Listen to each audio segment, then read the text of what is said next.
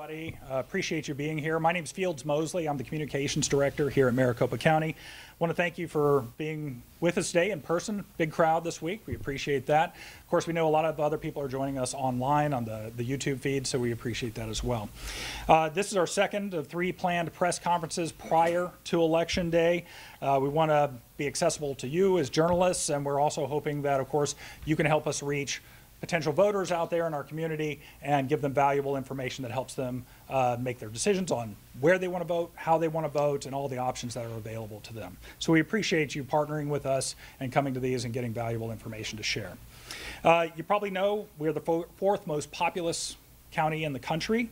Also the 3rd largest voting district by the number of registered voters. So a lot of people live here, a lot of people vote here, and we want to make taking part in that voting process as easy as possible for those registered voters. Today we're going to provide you with the latest numbers about elections, such as how many ballots we received so far and that kind of thing. And we'll also talk a lot about security, and that's why Sheriff Skinner is with us today. So I'll introduce him in a second. But first, you'll be hearing from Supervisor Bill Gates. He represents District 3 here in Maricopa County. And then, of course, Sheriff Russ Skinner from MCSO. After they speak, we'll take some questions, and Jennifer Lewer from Elections will take that. She's the Deputy Elections Director over Communications. Also, Zach Shira is here. He is an Assistant County Manager who manages comms as well as elections. And Scott Jarrett, of course, is our Director of Elections. And he, as I've said many times, he has all the information right up here. So if you have technical questions, he's a great guy to answer those questions. So I will now turn it over to our first speaker for today. That is Supervisor Bill Gates. Thanks, Fields. Appreciate it. Great to see everyone. Again, appreciate you coming here to get an update on how things are going with the election. So the biggest news for today is that today's the last day if you want to mail in your ballot.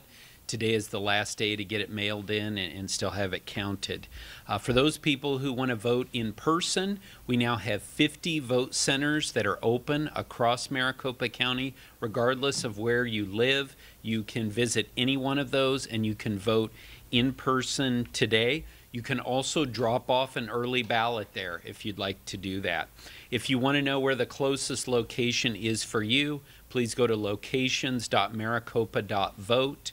and you'll be able to find the closest location for you. So Fields teased that we're going to have some numbers for you, and I want to go through a few of those. First of all, active voters. Like Fields said, we're the 4th largest county in the country, and we have 2,587,196 active voters for this election. The voters that are on that active early voter list, so these are the folks that automatically get mailed out an early ballot, we've got 2,008,287.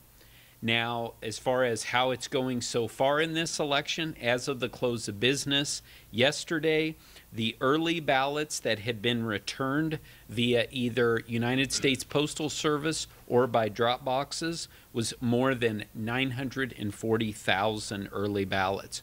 We've also had a lot of people using the early in-person method. In fact, more than 75,000 total. And that is the highest number of in-person voters, early in-person voters that we've ever had up to this point during early voting. So we encourage people to take advantage of that, especially now that we've got temperatures in the 70s. You know, that's going to be a lot more pleasant to go out and visit your local vote center. So in fact, just yesterday alone, we had over 17,000 voters who checked in to vote early in person. So the total early ballots received were now over 1 million. So that is really great. But I think it's important to emphasize and underline again that we have, for the first time since 2006, here in Maricopa County, we have a 2-page ballot. And we have races on both sides of those. So we're talking about 4 different sides of contests, 79 contests on average. And so we encourage people to do the early voting, to get that done, get it out of the way. But if they do choose to vote on Election Day in person, make a plan so that you have the time available to go through and fill in all of the contests that you choose to fill in. One of the issues that, unfortunately, we've had to spend a lot of time talking about in Maricopa County in the last 4 years is security. And maintaining the security both of the people involved in elections and the ballots that are involved in these elections, it involves a lot of people. There are a lot of people involved in the process, folks who are working for Maricopa County elections, and these people are our neighbors. There are friends, our aunts and uncles that are part of this. We have our partners with the political parties who are involved in ensuring the security of this process, making sure that there are eyeballs on everything that occurs throughout elections. But also, certainly when we talk about security, we think about law enforcement. And the partnerships that we have with law enforcement are essential to having a successful election here in Maricopa County.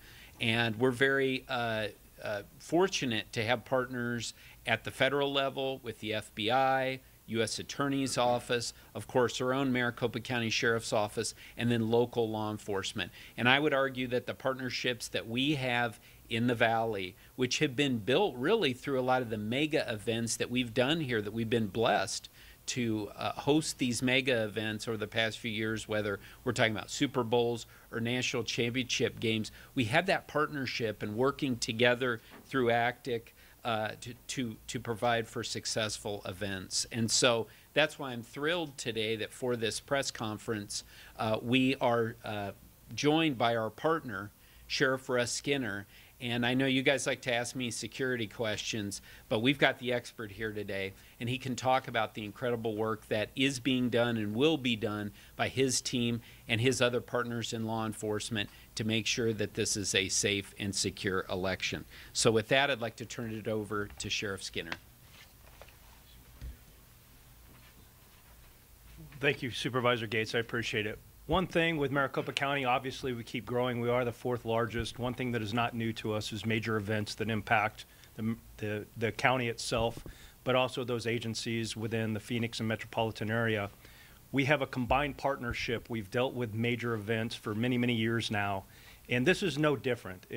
I guess it's surprising to me to some degree, and also concerning that elections has now become a focal point of the Maricopa County area, where we used to not have that back prior to 2020. It used to be a one-day event where we provided that security. As most of you know, Sheriff's Office jurisdictions typically provide that security relative to the electoral process when they wind up casting the ballots in those locations where those occur. So it is concerning to see that this heightened sense of security, the questions, the national, even global attention that Maricopa County has seen. But I want you to rest assured that there has been immense planning for many, many years relative to this operation for democracy, to make sure that this community is safe, to make sure that those locations are safe, to make sure that we get those ballots back to MCTEC safely. We are committed to this. And one thing I will say is that we have the resources and equipment, not just with the Sheriff's Office, but with the partnerships with all the Valley agencies at the state level and the federal level. And I'll say even on the other side of that is our prosecutorial agencies between the County Attorney's Office and the AG's office. There is no place in politics or this process that criminal activity is allowed. And there is zero tolerance that we as public safety will take in relative to any type of criminal act or any type of issue that arises. We want this to be a safe and secure process. We want to make sure that people get out and vote, people go through the process so that this process can happen. But we don't have any tolerance for any criminal activity. It's one thing for First Amendment, one thing to express your opinion. It's another when there's threatening or other violence that gets centered around this, and it's not going to happen here in Maricopa County. So with that, I commit to you that we will continue to work with our partnerships, and we've been planning this for over a year. We've sat down, we've had communication across all channels, public safety, and obviously our government entities relative to this. And I ask you as a community to work in partnership with us. If there are things that you see that are suspicious or concerning, please bring that to the attention of law enforcement immediately so we can be proactive about it, so that we can make sure that we can hopefully mitigate any circumstance that would occur otherwise. But with that, I'll be around for questions. Looking forward to next week, and as Supervisor Gates said, the good news is we've got good weather for it, so look forward to being out there. Thank you.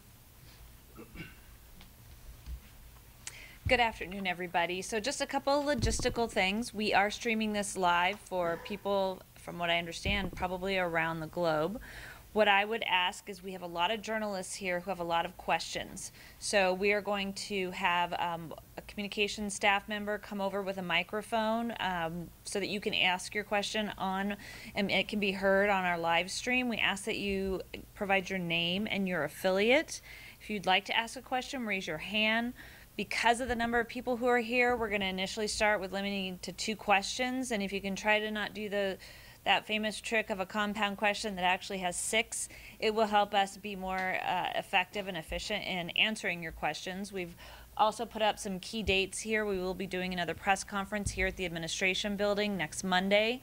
Then we will shift the media operations over to the Maricopa County Tabulation and Election Center. So with that said, we're going to go ahead. Please raise your hand. We'll get you a microphone. And Brittany, start with Sasha. Sasha Hupka with the Arizona Republic. I had a question for Sheriff Skinner. Sheriff, I was wondering, what are the worst case scenarios that you are preparing for on Election Day and in the days to follow?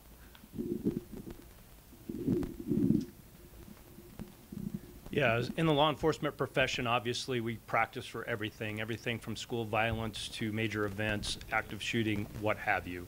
We prepare and train, and we're obviously ready to deal with any issue.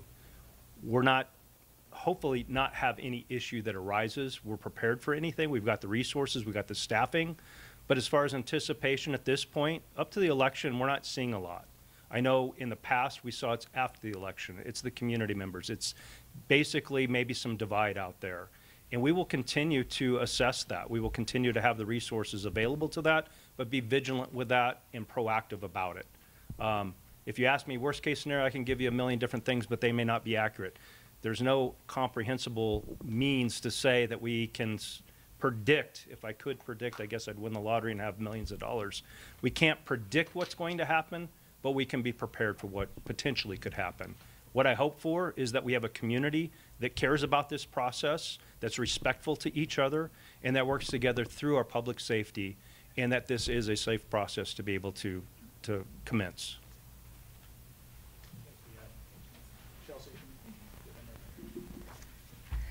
And if you want to ask your question, then I can, we can bring up the most relevant person to answer that question. Sure thing. It's probably for the sheriff, but Chris Van Cleve from CBS News.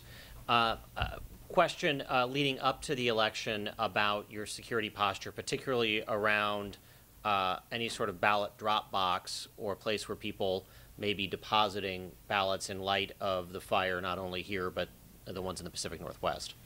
So just to touch quickly on Dropbox security that is not law enforcement related, Scott Jarrett, who's our elections director, can come up and talk a little bit about some of the precautions that we take there. Scott? Thank you, Jennifer. Yeah, so first thing to know that we have drop boxes in every one of our voting locations. So currently we have over 71 drop boxes available, and on election day we'll have over 260. Now the vast majority of those are in government facilities or in our voting locations, and those are monitored by individuals that are working within those facilities. We do have 2 outdoor drop boxes. Those are also on government facilities. One is at our Central Counting Tabulation Center in downtown Phoenix. The other is in Mesa. And we have fire canisters, or fire suppression canisters within each one of those. Those are also monitored as well. We have 24 hours a day monitoring of those through our live video streams, but also those are then broadcasted to the public that can watch anyone that is using those drop boxes as well. So we have a vast amount of security over those drop boxes, and if need be, I have the sheriff's office on speed dial if I ever need to call them.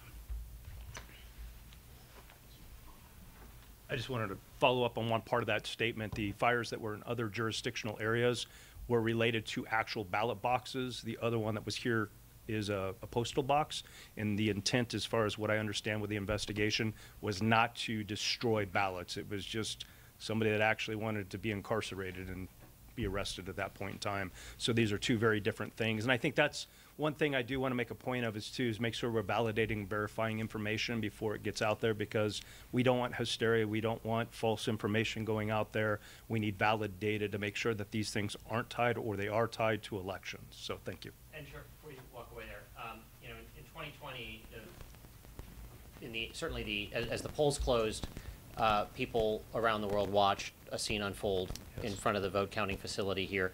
How is this year going to be different? I mean, we've read accounts of snipers on roofs and multiple layers of fencing.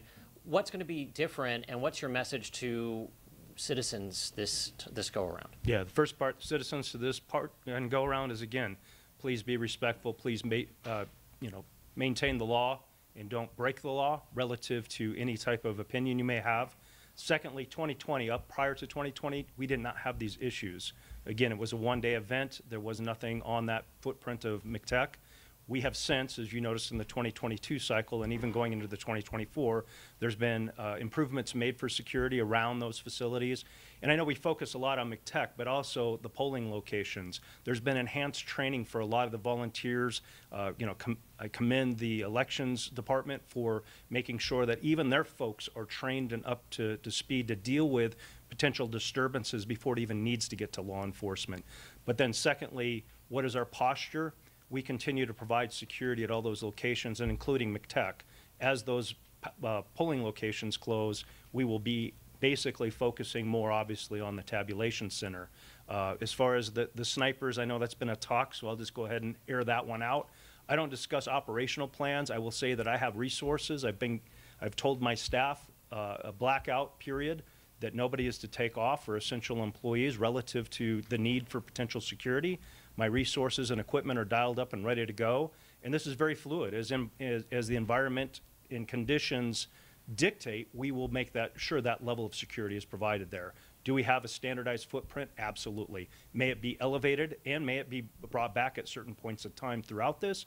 Absolutely. We will make sure that we're over-prepared and overestimating for any issues, but not enough to make sure that the process takes place. We don't want to intimidate anybody. We just want to make sure that the people inside that building are secure, feel secure, as well as the community out there, that there's enough staff out there to respond as necessary.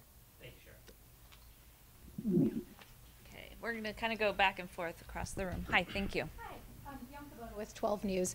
We've seen some social media users with very large following already start, I'll say, casting doubt over Maricopa County's elections over the past week. How much are you monitoring social media, and how big of a piece of that is it when it comes to creating your security plan? All right, I'm going to have Supervisor Bill Gates come up and address that question. Yeah, thanks for the question. That's something, great credit to our team here back at, as we're reminiscing to pre-2020.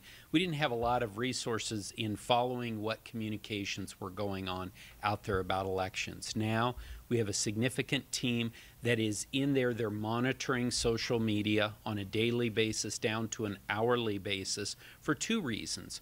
One is security, and certainly if the sheriff wants to talk about that, although he may say, I'm not going to talk about those details, but understand the people who are going out there and they're threatening election workers, they're threatening elected officials on social media, that's something that's being monitored.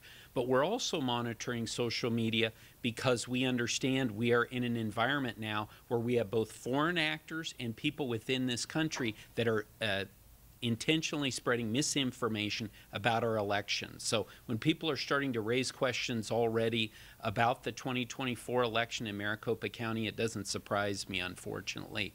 And that's why we're watching this. That's why we're reviewing it. And like I said in the last press conference, if we see that there's misinformation that's being spread out there that relates to the voter's experience, that might either stop someone from going to vote at the polls or creating confusion for them, we're going to respond to that. We want to make sure, we know there's great interest in this election this year, and we want people to have every opportunity they want to go ahead and vote. And if people are going to try and deter them from doing that by spreading misinformation, we're going to respond to it very quickly by putting out the facts.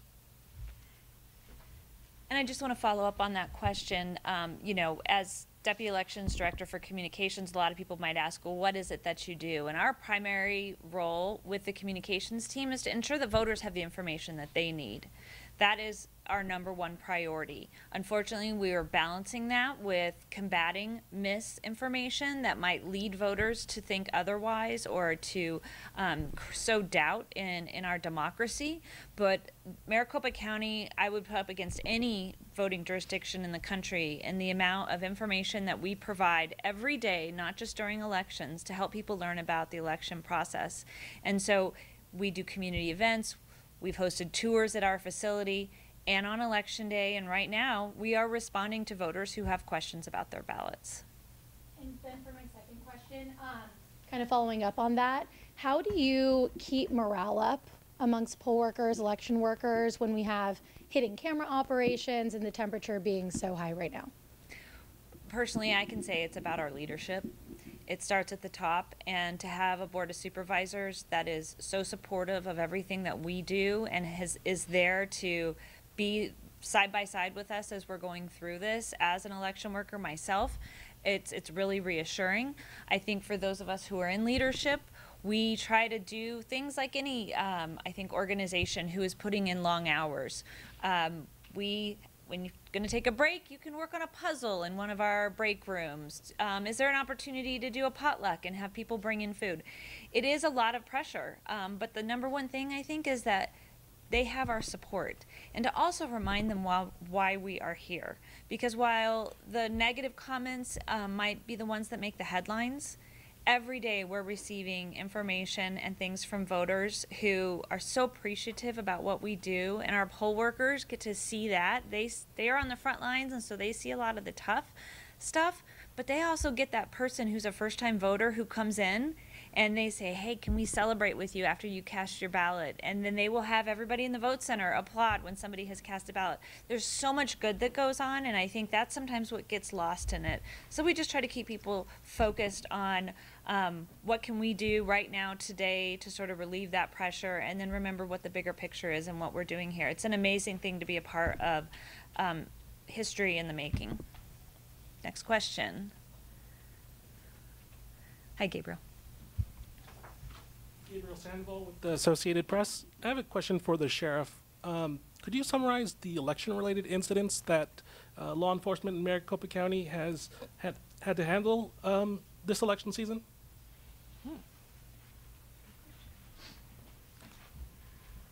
Yeah, it's a great question. A lot of it right now has been tied to threats to people that are involved in either the election process, dignitaries, or elected officials. We haven't had a lot of them, which is a good thing, but we did see that obviously in 2020. We see that across the nation. As we start to see Maricopa County, again, we've got enough communication out there to address these issues as far as bringing it to our attention. I have not, personally, our agency has not seen a lot relative to, you get into the Dropbox question and the other areas at this point in time. As we get closer, and we'll probably see, hopefully we won't see, but we don't typically see much prior to the election occurring. It's at that point that once I think those results start to happen, that's when we potentially see some of those type of incidents come to our attention. Like others here, I've heard and read those reports about snipers and drones being used. Could you confirm any of that and where that might be used, or what's the official position on that? Yeah, and again, I don't typically discuss operational plans publicly until aftermath if we need to, of why they were there or what level. Again, I've got resources and equipment dialed up, ready to go. At this point, I don't see the need necessarily for snipers. I will tell you, this is like any major event. Any major event. If we just had Super Bowl here. We just had the World Series here last year. Did you see drones in the sky while you were out there? Yes is the answer to that. Absolutely. It's an efficient tool for law enforcement, public safety to ensure it gets there quicker. It's, it cost me about $1,300 an hour to fly a chopper. where a drone is used for public safety in a multitude of reasons now. And the reality is that's a piece of equipment that we may be utilizing and probably will be utilizing to just keep visuals more on the MEC Tech Center, and also to be able to respond and, hey, there's a disturbance potentially, or we're getting information, or did you see that over there? To get eyes on it so we can be really proactive, but reactive to it immediately before it turns into something, or at least be able to address it from a public safety standpoint. You guys are following the rules. It makes me so happy. Hi. Hi, Nicole Grigg with ABC 15. We wanted to ask, how worried are you all about crippling lines because of how long the ballot is? And is there concern that it could turn voters away on Election Day? We'll go ahead and bring Supervisor Gates up to talk a little bit about that. So thanks for the question. I mean, let's talk about a few things. First of all, this is an extremely important election. There's a lot of interest in it. We anticipate, Scott Jarrett has put together a plan that assumes a very significant number of people voting both early and on Election Day. So it's not like this is a surprise that this is a big election. We all understand that. Because of the two-page ballot, as I was talking about earlier, we anticipate that it will take people a little bit longer than it obviously would with the one-page ballot. On average, we have 79 contests, and some of those contests are the propositions that were put on there mainly by the legislature that are pretty long to get through them all. So that's why we're telling people to make a plan. Make a plan in advance. Take the time to do your homework. Review the individual propositions and all of the contests. But I'm going to push back a little bit on the term you used, crippling lines. Okay, we all wait in lines all the time. We wait in line to buy a coffee. We wait in line to go to the movies. You know, we wait in line for all these different things. We have waited in lines for elections for as long as we've had a republic. Okay?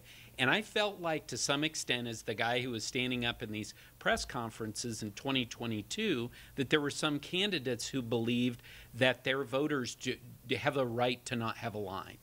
That's not realistic, okay? We have put a great plan in place to try and keep those lines as short as possible, but people need to make a plan. And we have given people the tools so that they can avoid those, to the extent that there are long lines, that they can avoid them. And I appreciate the partnership of the media in getting this information out there. Go to locations.maricopa.vote. It lists all of the vote centers that are currently open, and then all of the 246 that will be open on Election Day. You'll see those locations. You'll see the wait times. So if you see a long wait at your closest vote center, maybe drive a couple miles to go somewhere where there are shorter lines. There will be options for folks if they do their homework, take a little bit of time. And so if we work together, we can make this as manageable as possible. And I just want to add a little bit to that. So the locations.maricopa.vote, it is updated every 15 minutes in real time. Our poll workers are going out. They're counting the number of people who are in line. They are posting that. There's not many online websites that have that type of service. I know I wish the particular coffee shop on my street corner would tell me exactly how many people were in their drive-through line at any given moment. This is something that Maricopa County does very well. We need people to utilize that tool, however. And then beballotready.vote. Supervisor Gates mentioned being prepared when you get to the voting booth. You can print out your sample ballot. You may fill it out at home, do all of your research, and then bring that ballot with you into the polling booth, and you can just copy over your answers. So there are tools out there to make this as seamless as possible. Thank you. And then my second question, it's about the vetting of temporary workers. Are you all worried about disinformation coming from the inside from those workers, and how will you handle that? You know what, I'm going to go ahead and address that question, Nicole, because we hire and will be hiring over 4,000 members of this community to work this election. They all are county employees. State law does prevent people from volunteering to work election. The volunteers that are out at the polling locations and at McTech are actually observers that are sent by the political parties. So everybody that we hire does have to go through an application process. Those that work inside of McTech or have a function related to the tabulation center do go through a background check. Our poll workers, while they do not go through a background check, they work in a team environment. And so we will have people in our polling locations who are different parties. We ensure that that all parties are represented if possible at our polling locations. And we have very specific roles. And so the vast majority of the community members who are going to help administer this election are doing great work. And we don't want maybe the bad actors who are few and far between to really ruin that for everybody else. They work such long days. They get there at 5:30 a.m. on election day, and they may not get home till 11 p.m. at night. And so we would ask that anybody who does have bad intentions, that we don't need that. We need people who are there to work hard. Cameras are not allowed within 75 feet or within vote centers. We have very specific rules. Arizona has very specific laws. And so that is our message as it relates to those bad actors who may have plans to try to do something. Next question. Hi, Alex Tab with NBC News. Can you talk a little bit about the security measures for the workers at McTech? Will they be escorted in and out of the building?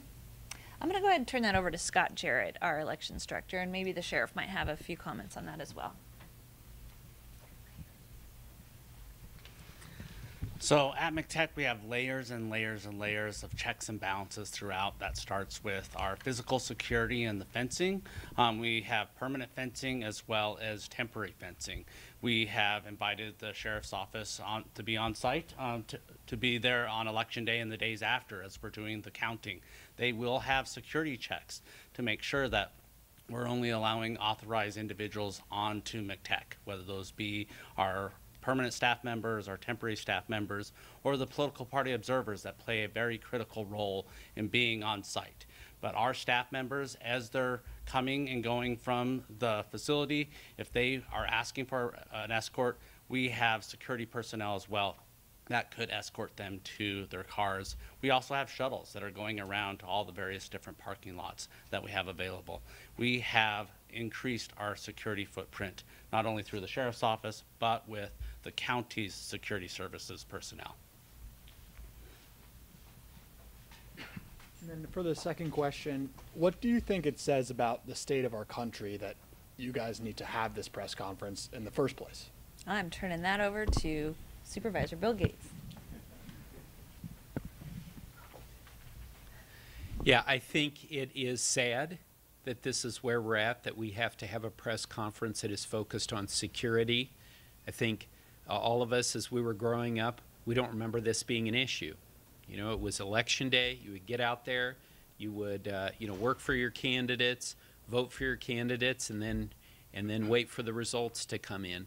But the fact that we have to have the sheriff, and thank goodness that we have the partnership that we have with the sheriff, I think it is a sad commentary on what's happened in this country in the last 4 years. Having said that, I'm so grateful to be a member of the Board of Supervisors here in Maricopa County, where there is no sunlight between the Board of Supervisors, the recorder, the sheriff's office, the other countywide electeds, the FBI, the county attorney, the U.S. attorney.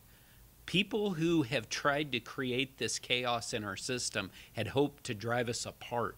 But in fact, if anything, it has brought us together here in Maricopa County. And I'm very proud of that. And I think that anyone who thinks they're going to, rattle the foundations of the democracy in this county, they've been unsuccessful to this point. They're going to continue to be unsuccessful. And instead, they ought to be spending their time out there working on get out the vote efforts on behalf of their candidates. And I just wanted to add a little bit to that. Working in public safety for 35 years in this county, Yes, the last 5 years have changed dynamically, and it is sad that we see this. But this is no different. I mean, we see the same thing in our schools right now, government buildings, government facilities. And so we continue as public safety to work in the partnership. And thank goodness, and you couldn't have said it any better, that we've built these partnerships through all resources. The communication is key with this. The staffing and the resources that are needed. The board has really supported us, but also for our community. In working with the community, we do hear a lot of the positive things. Unfortunately, I think, again, it's back to vetting valid information. Social media, everything that comes out is instantaneously.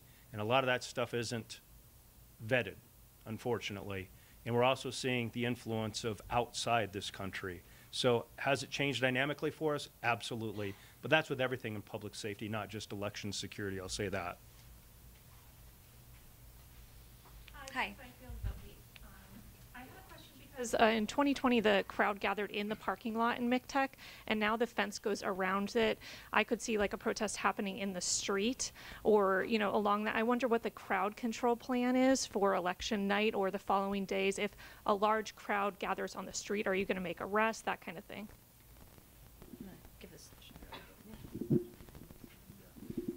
And again, we have to be respectful. This is kind of a double-edged sword for us. We have to make sure that the First Amendment right is available to people. If they decide that they need to freedom of speech, we do have designated areas out there. Obviously, the whole complex has been pretty much segregated off for the need of security. Media has their own special place to be able to stage and be present on that footprint. The fact that we have that building secured is so that the ballot trucks could get in and out, so the people can get in and out, and so there's a standoff space there. If people decide to go there, there'll be a place for them to go to express their First Amendment right, but if they start violating the law, i.e. going into a public thoroughfare, starting anything of violent nature, then law enforcement presence will be taking action. And again, we have zero tolerance for this.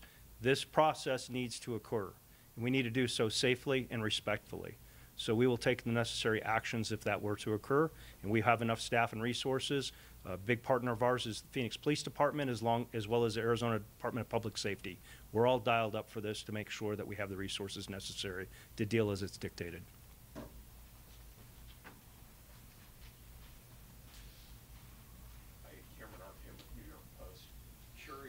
To if you guys are encouraged or optimistic by the fact that you have, I think around over 1 million early ballots returned right now, and when it comes to concerns about, you know, lines on election day, that sort of thing, if these numbers are a good indicator right now that, you know, you might not have to deal with, you know, some of those long lines, maybe up in Surprise or some of these heavy, you know, in-person on election day turnout areas.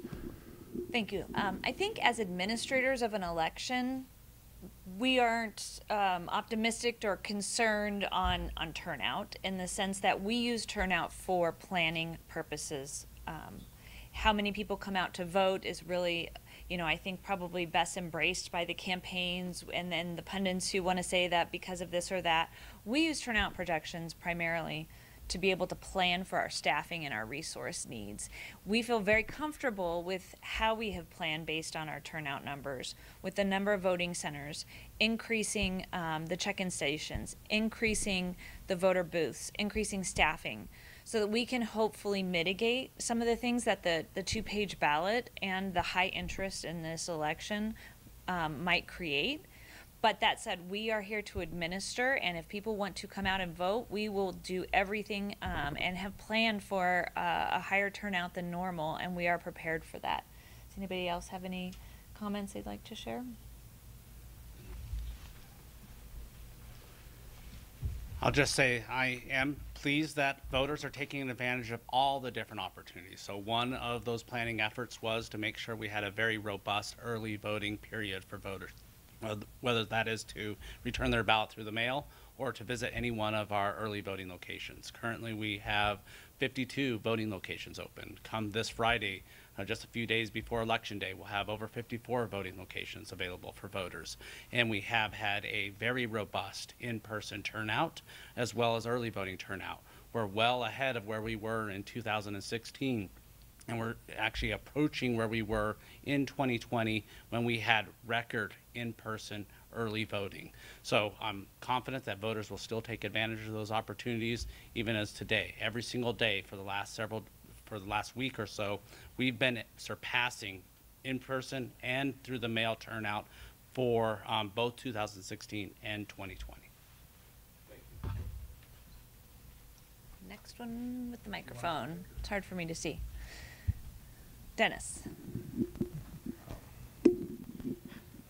Thank you. Yeah, just a couple of questions. There's been some talk about prior, Dennis Welch with CBS 5 News in Phoenix, sorry.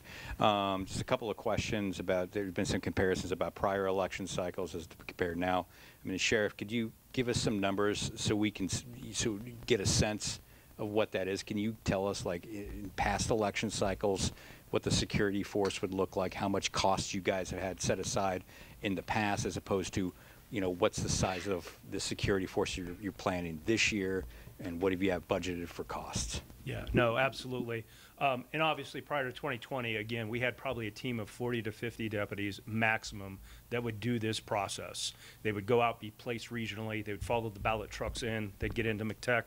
Once they were secured, it was done. 2020 changed that paradigm, obviously. We have since, I will say, 2022, and it's a multi-period event. We start actually providing some of those security services right as those first ballot boxes start to open, those polling locations, those early polling locations. Our footprint goes from about 25 employees, expands out to, I would say, safely over 200 a day. And we run 24/7 during the operation. Once election day hits, we are on 24/7. We have regional assets to be out and working with partnership with other law enforcement agencies throughout the valley to deal with the polling locations if law enforcement need or election laws are broken. But then secondly, it all then starts to funnel down to the McTech Center, the tabulation center, and we will have 24/7 security, and that is quite a few squads that are working multifaceted, and that's just deputies, security team, but we also have our emergency response center that's dialed up. We have assets with other emergency response centers, with our public safety partners. Dispatch, all of those places are enhanced. So to give you a specific number, it's a little bit ebbs and flows depending on the environment. I mean, we're a week out. I have a pretty safe and secure thought of what we need, but I adjust that daily. I mean, we have conversations each and every day to brief this and then plan accordingly. My staff, again, was put on a blackout. They are not allowed vacation as far as the necessary and first responders, so we have enough staffing and resources to do that. So it may change from day to day, and depending what the climate environment's like after the election, after those votes are in, the days leading up to the final counts in the actual canvass. And then also the Board of Supervisors, we provide additional security relative to that. And then, final question, we've got some significant candidates who, you know, this year running that have engaged in election conspiracies, these kinds of things. We have candidates who haven't conceded the 2020 election or haven't conceded the 2022 election. My question for you guys is, how much of that is fueling your need for enhanced security, or from what you're seeing online and what you're monitoring?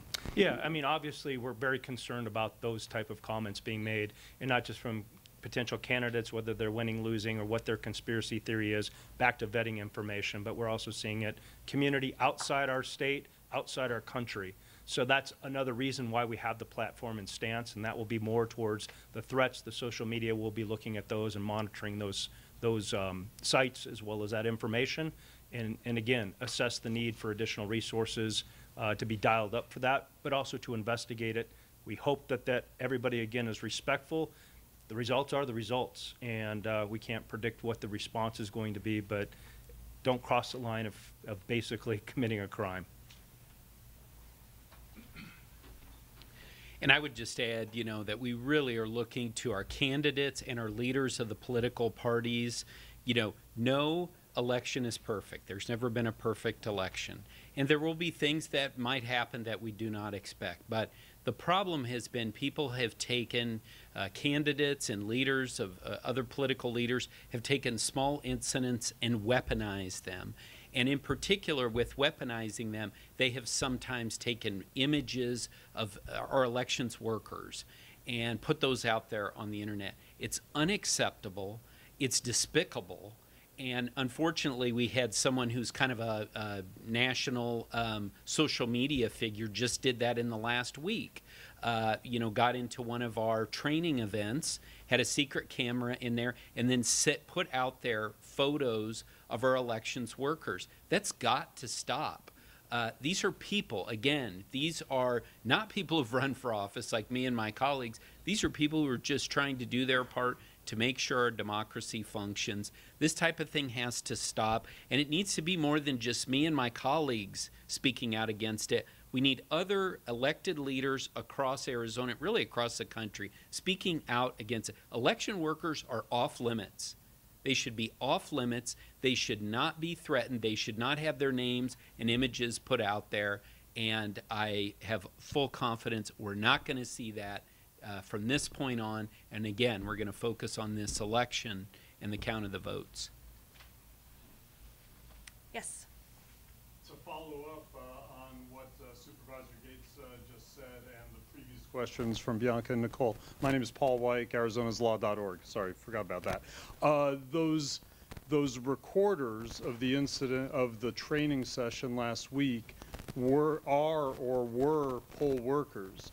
Have there been subsequent conversations with those people that did the recording and about appropriate actions? And can you tell the voters, assure the voters today of what they can expect when they bring mailed ballots back in to drop off at the voting centers? Well, as I mentioned earlier, poll workers are employees of the county. So the appropriate steps are being taken from a personnel standpoint, and it really wouldn't be fair or responsible at this point to go into any of those details. As for the information that was being provided to the poll workers in that training, everything that said was absolutely legal within the state of Arizona. Our trainers of our poll workers have been out training 2 classes a day in 5 different locations across Maricopa County for weeks. They are working hard to make sure that everybody has the best information, and we do that because we want the voters to have the best experience possible. And so I think the focus here going forward is that when you meet a poll worker, when you see a poll worker, treat them with kindness, thank them for their service, and know that they are all receiving training that is legal and is what Arizona allows in election centers. And what about the voters? What can you tell the voters about bringing in envelopes on election day or early? Well, there are statutes that guide how voters are allowed to return ballots. Arizona law does allow a person to return ballots for others in their household, and those they are in direct care of. I think there's a third one. Family members. Yeah, thank you.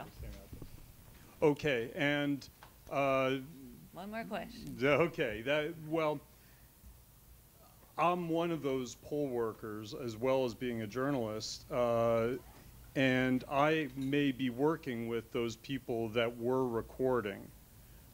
So how do you address other poll workers? You said there were earlier. You said a couple of bad actors, bad apples. How do you address all the good actors that are working presently and are going to be working next week? That they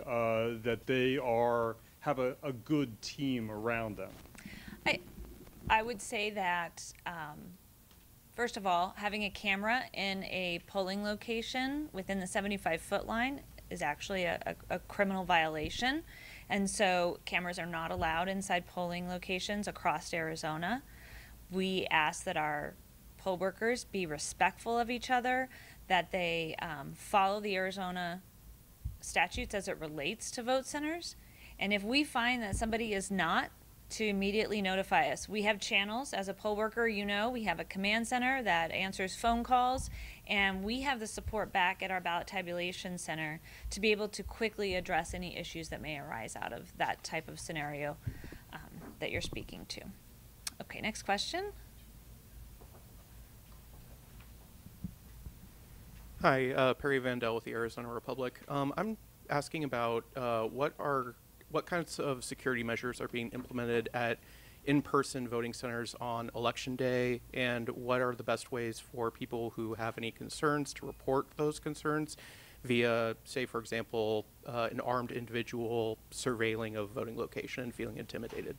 I'm going to let the sheriff answer this, but I do want to say that one of the things that we are very sensitive to is to not disenfranchise voters, so that if they approach a vote center that there isn't a large law enforcement presence. And the sheriff's department and all local law enforcement is very respectful of that. And I'll let him come up and talk a little specifically about what people can do if they do feel like there is a situation. Yeah, again, you may see, you may not see uniform and non-uniform. We're not going to be in that 75-foot limit unless there's a public safety need to be in that limit. Again, very much congratulations and kudos to the elections department for making sure that the volunteer staff, the poll workers, they're trained to de-escalate issues, disturbances up to a certain point. They have 3 layers of basically escalation. If you're talking about a weapon being inside that 75-foot rule, absolutely, we want people, if they feel that there is a public safety concern or a threat relative to that, then that's something law enforcement needs to deal with. If there's violence occurring, law enforcement throughout the valley has been trained relative to the election laws, but also we're still first responders. If there is something that public safety needs to be called in on, we will roll in on it. We will diffuse the situation to the point where if it is a law, we'll, they've broken the law, we will take them out of that area and deal with it at that point. We don't want to disrupt the process, and certainly we don't want to influence the process. But I can tell you that you'll have enough law enforcement, every agency is on board for election and the days even following the election to make sure that these locations are safe, that their communities are safe. Every law enforcement chief that I've spoken with has made sure that the resources are there. That's our obligations to provide public safety. We work in concert with the elections department to make sure that the lines are known of at what point do we need to trigger law enforcement. But again, if there's violence, gun, fear of intimidation or threat, then that's something that we would need to join in on. Okay, we're going to do 2 or 3 more reporters. Colleen, I know you've had your hand up. Somebody can get her a microphone. Yeah, Colleen Sikora with 12 News. I know we've talked a lot about these employees that are working hard to help keep this going. If memory serves me correctly, last week you guys were ahead of your hiring curve for those 4,000 plus workers. Have any of these recent events in the last few weeks impacted your headcount and the employees that you're trying to hire? All right, we'll let Scott answer that one. So from a hiring standpoint, we are still doing very well. We're over 96% hired at our voting locations as compared to prior election cycles. That compares fairly well. So I look at our voting locations as nearly fully staffed. It's not unusual for us to have some turnover, especially as we're approaching election day, but we have our recruiters actively backfilling those positions. And then same with at our central counting facility, we're currently approaching 90% staffed, and we've expanded our staff that we are hiring for the selections, even to include night shifts as well. So I'm fairly confident that we're in a good place as far as our hiring for this upcoming election day and the days after. Okay, I think you had a question up here.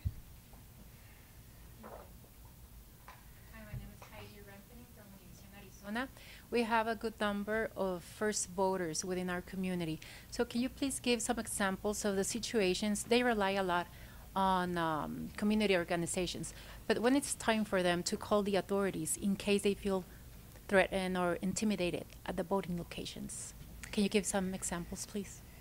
It's difficult because I think intimidation, it is in the eye of the beholder. And so to provide some specific situations where somebody feels unsafe or they feel that maybe they shouldn't be casting their vote because they are intimidated in any way, I think law enforcement is going to be very receptive. And if people are feeling that they are being prevented from voting or that their security is in danger, they should certainly reach out. We have done a lot of outreach with the Hispanic community, and we're we're hoping that for these first-time voters, that they have a good experience in Maricopa County. Almost a majority of all of our voting centers do have bilingual staff members. So to ensure that those who might not be comfortable with the English language, that they have the ability to speak with somebody in their native language. All right, we're going to do one more. You had your hand up a couple times. Real quick, let's get you the microphone and your name and affiliate, please. Alina Quast, Weltfernsehen, German news channel. Welcome. Thank you. What does flip that the other way? Oh, wow, working at a TV station, but it's okay. What does the training for election workers look like specifically? Do they also get trainings for an active shooter drill, for example? So our training, it's two different, I would say, areas of. You have training in the tactical and the skills that you need to perform the duties of your job, whether you are there as a clerk or you are the person who's assigned to go outside, count the number of voters. You know, we have a curriculum that focuses on how you do the job. And then we have a lot of information that's provided on what are the laws, what are the things that people can expect, and talk about some of these situations that might come up. The most senior person in a vote center is a role, it's called an inspector. And this person doesn't have anything to do with law enforcement, it's just the name that they are given in election laws in Arizona. That inspector has been a poll worker for many different seasons. And that person has extensive training. These are the individuals who are provided the de-escalation training. They are able to have a role of leadership within that vote center. They can take voters aside if they become upset, try to address their issues. But it is somewhat dependent on what your role is, how many times you've been working as a poll worker, and then not only how to do the job, but how to do the job well and the situations that might arise out of that. All right, so I'm going to close up with some just some laundry list items. If you do have follow-up questions, you can email them to the Maricopa County Elections Communications Team, media@risk.maricopa.gov. We appreciate all of your interest applying for the credentialing process. We will, because of security and just the sheer number of journalists covering this election, be requiring that any journalists at the tabulation center on Tuesday be credentialed. And we also ask that if you have a question and it may take us a little bit longer to respond back, we appreciate your patience. We have a ton of information on our website, maricopa.vote, videos, facts, statistics. Basically, Scott's brain is on our website, and we encourage you to use those resources. And I think with that, if nobody else has anything more to say, thank you everyone for coming. Thank you for tuning in, and we'll see you again on Monday.